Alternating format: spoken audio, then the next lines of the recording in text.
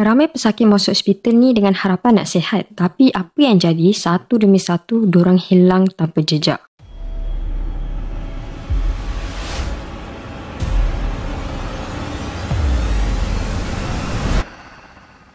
Hai guys, Kim kembali lagi dengan story yang menarik, misteri dan seram. Jadi story hari ini Kim nak cerita tentang seorang jururawat yang sepatutnya menjaga pesakit ni sampai sihat, tapi sebaliknya dia jadi punca kematian dorang.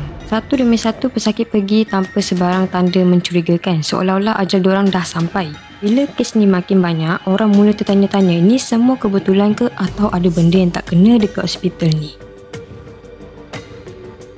Charles Edmund Cullen dilahirkan pada 22 Februari 1960 di West Orange, New Jersey. Dia merupakan anak bongsu daripada 8 beradik. Kehidupan dia dari kecil sampailah dia dewasa ni pun penuh dengan kesukaran. Ayah dia meninggal dunia masa dia masih bayi lagi dan mak dia pula meninggal akibat kemalangan kereta masa dia remaja. Lepas mak dia meninggal, dia jadi murung sampai dia pernah banyak kali nak bunuh diri. Walaupun bergelut dengan kesihatan mental, dia tetap teruskan kehidupan dia dan dia juga ada menyertai tentera laut Amerika Syarikat. Tapi bila dia dah masuk sana, dia selalu kena buli dengan rakan sepasukan dia. Disebabkan tu, Cullen cuba nak bunuh diri dengan ambil macam-macam jenis ubat. Keadaan mental dia pun dah makin merosot. Dia akhirnya diberhentikan dari tentera laut pada tahun 1984. Pada tahun 1987, Cullen berkahwin dengan Adrienne Top dan mereka dikurniakan 2 orang anak. Tapi perkahwinan diorang tak kekal lama sebab Adrienne rasa Cullen ni makin hari makin pelik. Bukan tu je, Adrienne pernah nampak yang Cullen ni bertindak kejam dengan haiwan peliharaan dia. Dan pada tahun 1993, mereka akhirnya bercerai dan Adrienne dapat hak penjagaan sepenuhnya ke atas anak-anak mereka.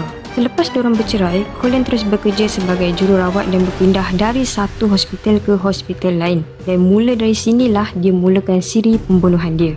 Jadi sepanjang 16 tahun dia kerja sebagai jururawat, Cullen dah berkhidmat dekat banyak hospital dan rumah kebajikan. Walaupun orang tengok dia ni macam jururawat biasa, tapi sebenarnya dia ada sisi gelap yang ramai orang tak tahu. Modus operandi dia bunuh pesakit guna suntikan insulin dan E. Johnson dengan dos berlebihan sampai buatkan pesakit tu mati tanpa sesiapa perasan pun. Yang peliknya, kebanyakannya mangsa dia bukan pesakit yang dia jaga, tapi dia ambil peluang dekat mana-mana. Contohnya macam dia jaga ward bahagian lain, tapi bila dia tengok dekat ward yang bukan dia jaga tu tak ada orang, waktu ni lah dia ambil kesempatan pergi dekat ward tu untuk memulakan operasi dia.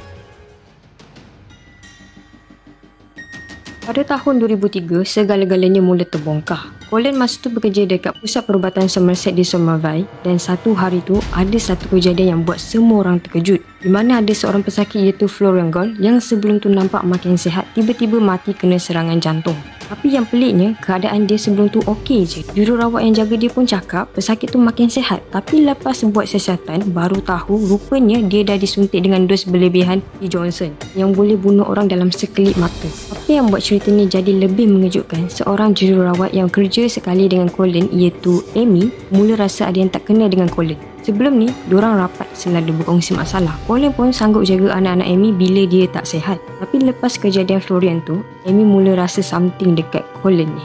Untuk pengetahuan korang, Cullen ni dia bukan jaga pesakit biasa je, tapi dia selalu je pergi ambil ubat-ubat yang bukan untuk pesakit dia. Semua ni jadi makin pelik dan buat si Amy ni tertanya-tanya sampai Amy bekerja sama dengan polis. Kiranya dia ni jadi spy tak rasmi dengan polis lah. Masa ni si Amy jumpa Cullen. Dia dah siap-siap pasang guna alat perakam masa berbual dengan Cullen lepas kerja. Diorang buat macam tu dengan harapan nak dapatkan bukti lah kan. Tapi si Cullen ni memang tak ada buat sebarang pengakuan tentang kes tu. Walaupun diorang cuba nak dengar pengakuan tu, tapi sebenarnya polis dah ada bukti kukuh yang lain untuk tangkap si Cullen ni.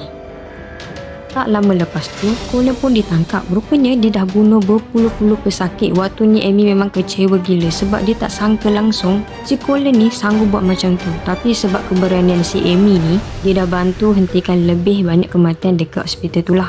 Jadi pihak polis sebenarnya percaya jumlah pesakit yang dibunuh Cullen ni lebih daripada 400 orang. Tapi dia hanya didapati bersalah untuk 29 kes sahaja. Walaupun macam tu, dia dijatuhkan 11 hukuman penjara seumur hidup tanpa parul. Jadi dia memang takkan bebas sampai akhir hayat dia lah. Walaupun dia ada bagi alasan yang dia bunuh pesakit-pesakit tu sebab nak selamatkan diorang daripada kesakitan dan penderitaan tu, tapi ada banyak yang tak kena dengan alasan dia tu. Sebabnya, bukan semua mangsa dia tu ada penyakit kronik. Ada yang sihat, ada yang makin pulih sebelum dia serang. Jadi timbul persoalan, apa motif sebenar si Cullen ni buat macam tu? Kenapa dia bunuh orang yang tak ada masalah serius pun?